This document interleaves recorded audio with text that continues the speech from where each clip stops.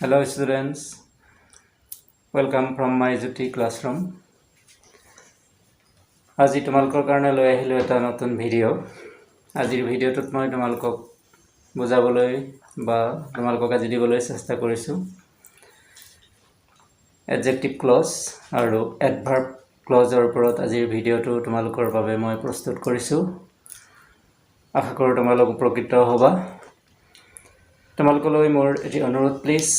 মোৰ এই জ্যোতি ক্লাছৰুম চেনেলটো তোমালোকে প্লিজ সাবস্ক্ৰাইব কৰিবা, লাইক কৰিবা, কমেন্ট কৰিবা আৰু শ্বেয়াৰ কৰিবলৈ নাপাহৰিবা আৰু কাষত থকা বেল আইকনটো ক্লিক কৰিবা নতুন নতুন নটিফিকেশনসমূহ পাই থাকিবৰ বাবে। বলা আজিৰ ক্লাছটো আৰম্ভ কৰোঁ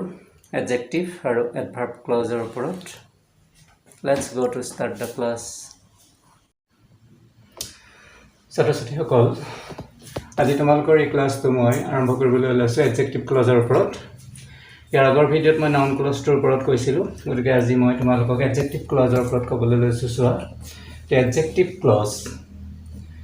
এডজেক্টিভ ক্লজটো আচলতে কোন ক্লজৰ এক প্ৰকাৰ বুলি আমি ক'ব পাৰোঁ? It is a kind of subordinate clause. আমাৰ সাবঅৰ্ডিনেট ক্লজৰে এটা প্ৰকাৰ হৈছে এডজেক্টিভ ক্লজ। এডজেক্টিভ ক্লজ বুলি কওঁতে আমি এইটো গম পাইছোঁ যে এইটো ক্ৰিয়া বিশেষণ খণ্ডবাক্য বুলি কোৱা হৈছে। এতিয়া এডজেক্টিভ ক্লজটো হৈছে সাবঅৰ্ডিনেট ক্লজৰ এটা অংশ বা এটা প্ৰকাৰ বুলি আমি ক'ব পাৰোঁ। এইটো এটা প্ৰকাৰ, it is a kind of subordinate clause. এতিয়া সাবঅৰ্ডিনেট ক্লজটোক আমি আন এটা অৰ্থত ইয়াক আমি কি ক্লজ বুলি ক'ব পাৰিছোঁ? আমি ইয়াক ডিপেণ্ডেণ্ট ক্লজ বুলি আমি ক'ব পাৰোঁ। মানে ই আনৰ ওপৰত সদায় কি হৈ থাকে? নিৰ্ভৰশীল হৈ থাকে। সেইকাৰণে ইয়াক আমি ডিপেণ্ডেণ্ট ক্লজ বুলি ক'ব পাৰোঁ। গতিকে সাবঅৰ্ডিনেট ক্লজটোৱে সদায় নিজে নিজৰ অৰ্থটো কেতিয়াও প্ৰকাশ কৰিব নোৱাৰে। ই সদায় আন ক্লজৰ ওপৰত সদায় কি হৈ থাকে? ডিপেণ্ডেণ্ট হৈ থাকে বা ই নিৰ্ভৰশীল হৈ থাকে। সেইকাৰণে কোৱা হৈছে ইয়াক সাবঅৰ্ডিনেট ক্লজ বুলি কোৱা হৈছে। সাবঅৰ্ডিনেট ক্লজটোক ডিপেণ্ডেণ্ট ক্লজ বুলি কোৱা হয়। এতিয়া what is called an adjective clause? Adjective clause কাক কয়? ডেফিনেশ্যনটো মই ইয়াতে লিখিছোঁ। চোৱা, a clause that does the work of an adjective in a sentence is called an adjective clause. মানে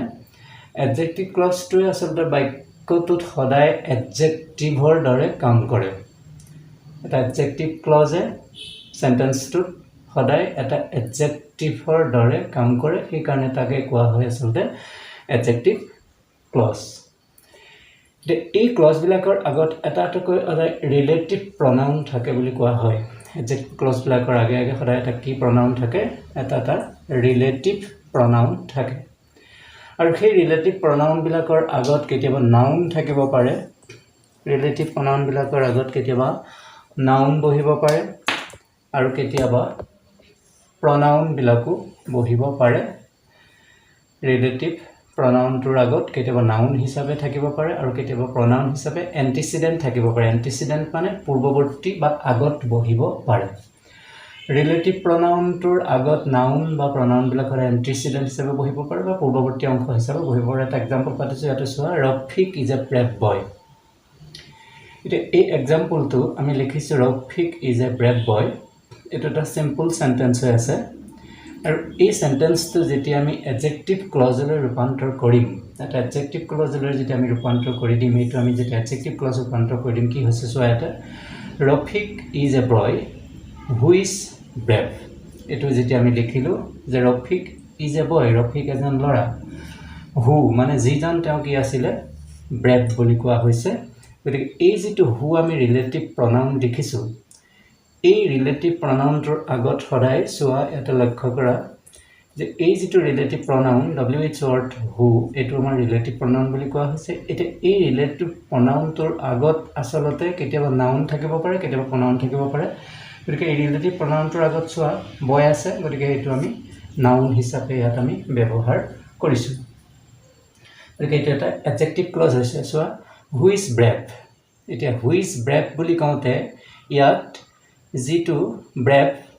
সেই ব্ৰেভটো আচলতে এডজেক্টিভটোৰ সলনিহে বহিছে। হু ইজ ব্ৰেভখিনি আচলতে কোনটো এডজেক্টিভৰ সলনি বহিছে? আমাৰ যিটো এটা এডজেক্টিভ আছে ব্ৰেভ, গতিকে এই ব্ৰেভ এডজেক্টিভটোৰ সলনি আচলতে হু ইজ ব্ৰেভখিনি ইয়াত ব্যৱহাৰ কৰা হৈছে। মানে ব্ৰেভ কাক কোৱা হৈছে? গতিকে ব্ৰেভ বুলি কওঁতে আমি ইয়াতে ৰিলেটিভ প্ৰনাউনটো লিখিছোঁ কি? হু। গতিকে হু ইজ ব্ৰেভটো আচলতে ব্ৰেভ এডজেক্টিভটোৰ সলনি আমি ইউজ কৰিছোঁ গতিকে এইটো এটা আমাৰ এডজেক্টিভ ক্লজ বুলি আমি ক'ব পাৰোঁ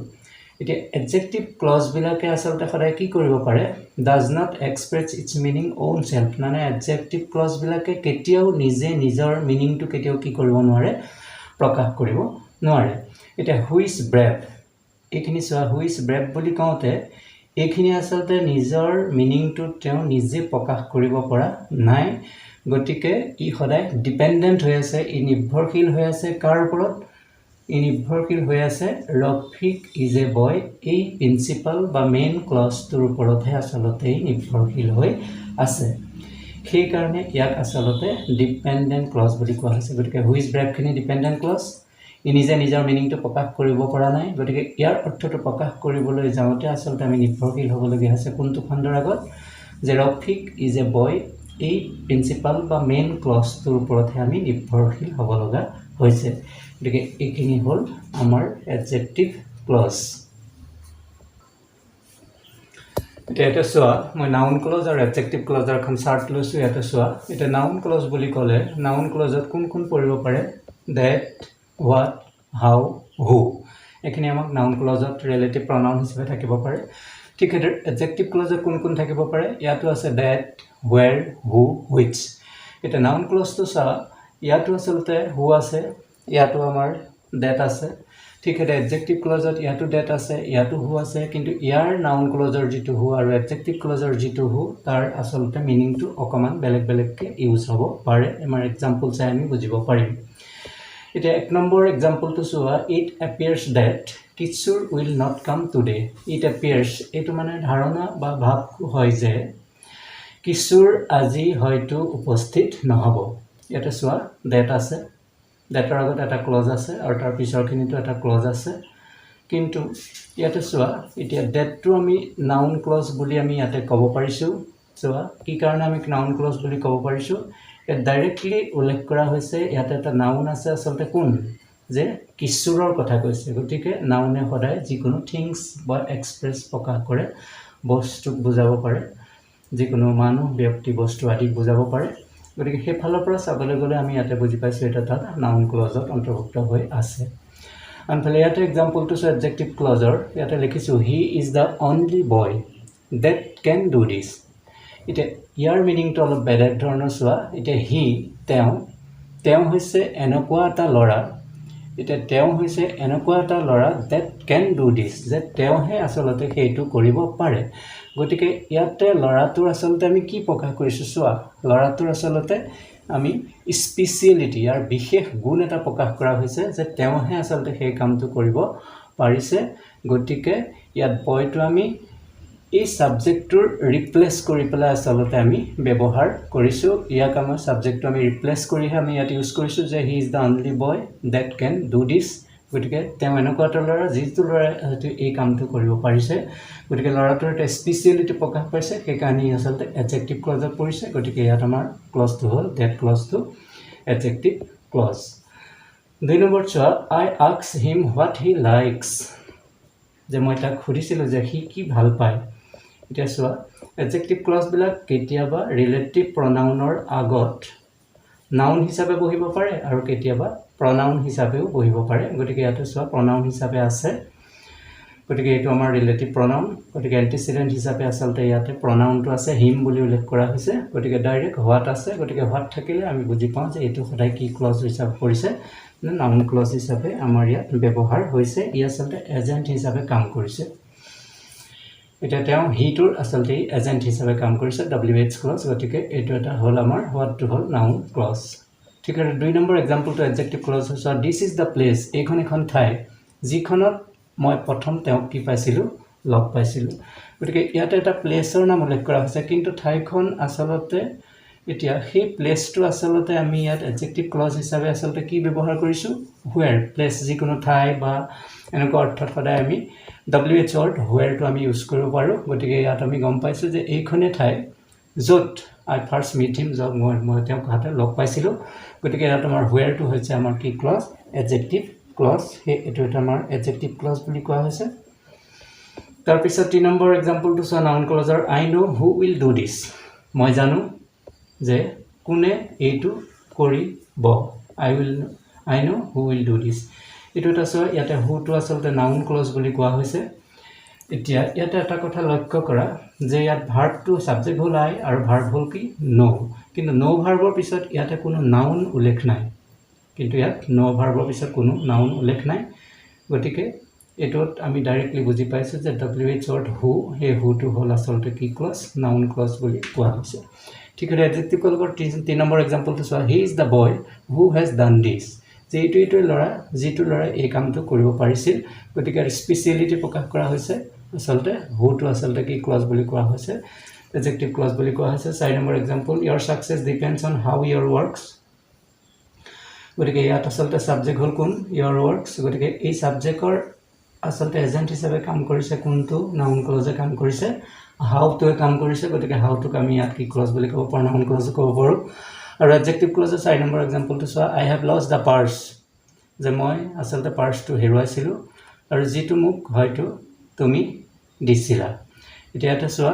আমাৰ ইয়াত এডজেক্টিভ ক্লজ কোনটো আছে which গতিকে ইয়াত আসলে কাৰ কথা উল্লেখ কৰিছে পাৰ্টছৰ কথা উল্লেখ কৰিছে পাৰ্টছ বুলি কওঁতে যেতিয়া আমি এডজেক্টিভ ক্লজলৈ ৰূপান্তৰ কৰিছো আমি ৰিলেটিভ প্ৰনাউন হিচাপে আমি কোনটো ইউজ কৰিছো which আমি এই এডজেক্টিভ ক্লজটো আমি ইয়াতে ইউজ কৰিছো গতিকে he is the boy who গতিকে boy টুকু ঠিক হেডাৰ এডজেক্টিভ ক্লজ হিচাপে ব্যৱহাৰ কৰিবলৈ যাওঁতে আমি কাৰ সহায় ললো who ঠিক হেডাৰ প্লেস টু বুজাবলৈ যাওঁতে আমি এডজেক্টিভ ক্লজ হিচাপে কাৰ সহায় লৈছো where সহায় লৈছো ঠিক হেডাৰ ইয়াতো বয় বুলি আছে গতিকে বয় টুক বুলি কওঁতে আমি ইয়াত কোনটো এডজেক্টিভ ক্লজ ইউজ কৰিছো that ক্লজটো ইউজ কৰিছো গতিকে নাউন ক্লজ হিচাপে that what how who আৰু এডজেক্টিভ ক্লজ হিচাপে হ'ব পাৰে that where who which এখানে আমাৰ নাউন ক্লজ আৰু এডজেক্টিভ ক্লজৰ শৰ্টখন তাৰ নেক্সট ওয়া এতিয়া who whom whose এইবিলাক যে ৰিলেটিভ প্ৰনাউন বা WH ৱৰ্ড আছে who বিশেষকৈ কাৰ ক্ষেত্ৰত আমি ইউজ কৰিব পাৰো মানুহৰ ক্ষেত্ৰত আমি ইউজ কৰিব পাৰো কোনো ব্যক্তিৰ ক্ষেত্ৰত আমি ইউজ কৰিব পাৰো ডাঙৰ জন্তু বা এনিমেল বুজাবলৈ সাধাৰণতে আমি WH ৱৰ্ড who টো ব্যৱহাৰ কৰিব পাৰো বা whom বা whose এইবিলাক আমি এডজেক্টিভ হিচাপে আমি ব্যৱহাৰ কৰিব পাৰো বা ৰিলেটিভ প্ৰনাউন হিচাপে আমি কেতিয়াবা ব্যৱহাৰ কৰিব পাৰো 2 নম্বৰতে লিখিছো যে which টো আমি কেতিয়া ব্যৱহাৰ কৰো শিশুৰ ক্ষেত্ৰত আমি ইউজ কৰিব পাৰো সৰু জন্তু বা বস্তু বুজাবলৈ ব্যৱহাৰ কৰিব পাৰো which টো ঠিক হেডাৰ that টো আমি কেতিয়া ব্যৱহাৰ কৰো মানুহ ব্যক্তি আদিকো আমি that টো আমি ইউজ কৰিব পাৰো ঠিক হেডাৰ whose টো সাধাৰণতে অপ্ৰাণীবাচক যিবিলাক প্ৰাণী নহয় অপ্ৰাণীবাচক নাউনৰ বাবে আমি which টো ব্যৱহাৰ কৰিব পাৰো এটা লাষ্ট আমাৰ টপিকটো আছিল adverb clause এটা adverb clause টো কেনেকুৱা he returned early এটা চাই লোৱা যে ইয়াত সাবজেক্ট হল he আমাৰ ভাৰ্ব হল returned আৰু early হল আসলতে এটা এটা adverb গতিকে he returned he উভতি আহিব early মানে কি সোনকালে he উভতি আহিব গতিকে ইয়াত এই early টোক আমি adverb হিচাপে ব্যৱহাৰ কৰিছো যে তেওঁ উভতি আহিব কেনেকৈ উভতি আহিব খুব সোনকালে উভতি আহিব গতিকে ইয়াত adverbৰ কাম কৰিছে early টোৱে ইয়াত adverb clause কেতিয়া হয় যে যেতিয়া adverb টোৱে আসলতে as an adverbৰ দৰে কাম কৰে যেতিয়া আসলতে act as an adverb যে এটা বাক্যত যেতিয়া adverbৰ দৰে কাম কৰে তেতিয়া সাধাৰণতে সদায় adverb clause হয় 2 নম্বৰ एग्जांपलটো চোৱা he sang sweetly ইয়াত আমাৰ adverb হল কি sweetly এটো হল adverb কেনেকৈ হল adverb যে he গানটো গাইছিল কেনেকৈ গাইছিল sweetly গাইছিল গতিকে এটো এটা আমাৰ sweetly early এইবিলাক হল adverb বুলি কোৱা হৈছে এতিয়া আমাৰ adverb clause বিলাক আসলতে বিভিন্ন ক্লজত আমি ভাগ কৰিব পাৰো মোৰ এটা ভিডিও দিয়া আছে adverbৰ ওপৰত তাত তোমালোকে নিশ্চয় বুজি পাবা মই এটা শৰ্টকে অকমান কৈ থৈছো এতিয়া adverb clause বিলাক আসলতে বিভিন্ন ভাগত আমি বিভক্ত কৰিব পাৰো এটা হল adverb clause of time এতিয়া adverb clause of time ৰ एग्जांपलটো মই ইয়াতে লিখিছো চোৱা এক নম্বৰ দিছো যে his friends waited until he returned এতিয়া তাৰ বন্ধুবিলাকে waited কৰি আছে until he returned মানে তেওঁ উভতি অহালৈকে আসলতে বন্ধুবিলাকে কি কৰি আছে waited কৰি আছে চাই ল ভালকে ইয়াত adverb টো কাৰ কাম কৰিছে যে তেওঁলোকে ৰখি আছে গতিকে এইটো আসলতে কিহত পৰিলে গতিকে এইটো adverb clause of time ত পৰিছে এই কাৰণে এইটো example hall adverb clause of time 2 number adverb টোৰ নাম আছিল adverb clause of place মানে আমি জানো ঠাই বুজায় এতিয়া এটা stay where you are যে তুমি থাকা তুমি যতে আছা ততে থাকা বুলি কওঁতে আমি বুজি পাইছো ইয়াত কিহৰ অৰ্থ প্ৰকাশ কৰিছে adverb টোৱে এইটো আচলতে এডভাৰ্ব ক্লজ অফ প্লেচ বুজাইছে নম্বৰ 3 এডভাৰ্ব ক্লজ অফ কজ 3 নম্বৰ এক্সাম্পলটো কাৰণ হৈ আছে so adverb clause of cause বুলি কোনটা মই এটা এক্সাম্পল লিখিছো he slept as he was tired আসলতে তাৰ টোপনি গৈছিল টোপনি হোৱাৰ মূল কাৰণটো আছিল যে তাৰ কি লাগিছে ভাগৰ লাগিছে সেই কাৰণে এটা এডভাৰ্ব ক্লজ অফ কজৰ অৰ্থ প্ৰকাশ কৰিছে 4 নম্বৰত আছে এডভাৰ্ব ক্লজ অফ মেনাৰ মেনাৰ মানে যেটো ধৰণ এতিয়া 4 নম্বৰ এক্সাম্পলটো চোৱা গো এজ ইউ লাইক ইয়াতে আমাৰ সাবজেক্টটো লুপ্ত হৈ আছে গতিকে সাবজেক্টটো যেতিয়া আমি প্ৰকাশ কৰি দিম ইউ গো তুমি যাব পাৰা এজ ইউ লাইক তুমি জলে ভাল পোৱা তলেকে গুছি যাব পাৰা গতিকে এটো এডভাৰ্ব ক্লজ অফ মেনাৰ মানে তেওঁৰ ধৰণটো ইয়াতে প্ৰকাশ কৰা হৈছে 5 নম্বৰতে আছে এডভাৰ্ব ক্লজ অফ পাৰপোজ যে আসলতে উদ্দেশ্যগত এডভাৰ্ব ক্লজ অফ পাৰপোজ বুলি কোনটা তাৰ এক্সাম্পলটো কেনেকুৱা হ'ব চাইলোৱা we read that we may learn যে আমি পঢ়ো কি কাৰণ আমাৰ উদ্দেশ্য হল এটাই যে আমি কি কৰিবলৈ কো যে আমি শিকিবলৈহে পঢ়ো গতিকে এটো হল এডভাৰ্ব ক্লজ অফ পাৰপোজ নম্বৰ 6 ত আছে এডভাৰ্ব ক্লজ অফ কন্ডিশন কন্ডিশন মানে শৰ্ত গতিকে এটা শৰ্ত আছে চাই লও if you go যদি তুমি যোৱা you will meet him এতিয়া যদি তুমি যোৱা তেতিয়াহে তুমি তাক হয়তো কি পাবা লগ পাবা গতিকে আমাৰ শর্ত হলে তো যদি মই যাও মই গলেহে হয়তো তাক মই লগ পাম গতিকে এটো হল আমাৰ এডভাৰ্ব ক্লজ অফ কন্ডিশন এটা শৰ্তগত কথা আছে নম্বৰ 7 ত আছে so adverb clause of comparison মানে তুলনা কৰা she loves her তাই আসলতে ভাল পায় more than you মানে তোমাতকৈ তাই বেছি ভাল পায় তাইক বেছি ভাল পোৱা হয় গতিকে তুলনা কৰা হৈছে কাৰ মাজত চাই ইয়াতে she আৰু ইয়াতে you গতিকে এই দুটাৰ মাজত তুলনা কৰা হৈছে সেই কাৰণে কোৱা হৈছে এডভাৰ্ব ক্লজ অফ কম্পেৰিজন নম্বৰ 8 ত আছে সোৱা এডভাৰ্ব ক্লজ অফ ৰিজাল্ট যেটো ফলাফল 8 নম্বৰ he was so tired that he could not walk adverb clause of ৰিজাল্টৰ কথা কৈছে যে কি মানে ভাগৰা হৈ পৰিছিল যে সি আৰু হয়তো খুজ কাঢ়ি যাব নোৱাৰে গতিকে এটো আমাৰ এডভাৰ্ব ক্লজ অফ ৰিজাল্টত পৰিছে নম্বৰ 9 ত আছে এডভাৰ্ব ক্লজ অফ কন্ট্ৰাষ্ট যেটো বৈষম্য বা পাৰ্থক্য এনেকুৱা অৰ্থ বুজায় এডভাৰ্ব ক্লজ অফ কন্ট্ৰাষ্ট এটা লিখিছে do যদিও he is poor he is honest চাইলো যে যদিও এতিয়া এডভাৰ্ব ক্লজ অফ কন্ট্ৰাষ্ট তাতে ইয়াতে বুজি পাইছে যে do শব্দৰ আৰম্ভ হৈছে যদিও he is poor যদিও he দুখীয়া he is honest গতিকে এটো এক্সাম্পল আসলতে এডভাৰ্ব ক্লজ অফ কন্ট্ৰাষ্টত পৰিছে গতিকে আমাৰ পৰীক্ষা বিলাকত কেতিয়াবা তোমালোকক এই যে এডভাৰ্ব ক্লজ বিভিন্ন প্ৰকাৰৰ আছে গতিকে তোমালোকক যিকোনো এটা এক্সাম্পল দি প্লাই হয়তো তোমালোকক সুধিব পাৰে যে his friends waited until he returned এই কোৱেশ্চনটো এদি প্লাই তোমালোকক এই অপচন সমূহৰ ভিতৰত যিকোনো চাৰিটা অপচন দি দিব পাৰে তেতিয়া আমি উলিয়াব লগিয়া হ'ব পাৰে যে এটো adverb clause of time adverb clause of place adverb clause of cause কোনটো পৰিছে তেতিয়া আমি গম পাম যে ইয়াতে আমি তেতিয়া বুজি পাব লাগিব যে তাৰ বন্ধুৱে অপেক্ষা কৰি আছিল যে হি উভতি অহালৈকে অপেক্ষা কৰি আছিল মানে এটা টাইমৰ কথা উল্লেখ কৰি আছে সেই কাৰণে এটো এডভাৰ্ব ক্লজ অফ টাইম এই আছিল আজি তোমালোকৰ বাবে মই প্ৰস্তুত কৰি দিয়া ভিডিও আশা কৰোঁ তোমালোকে নিশ্চয় উপকৃত হ'বা আজিৰ ভিডিওটো মই ইমানতে সামৰিলো thanks to all of U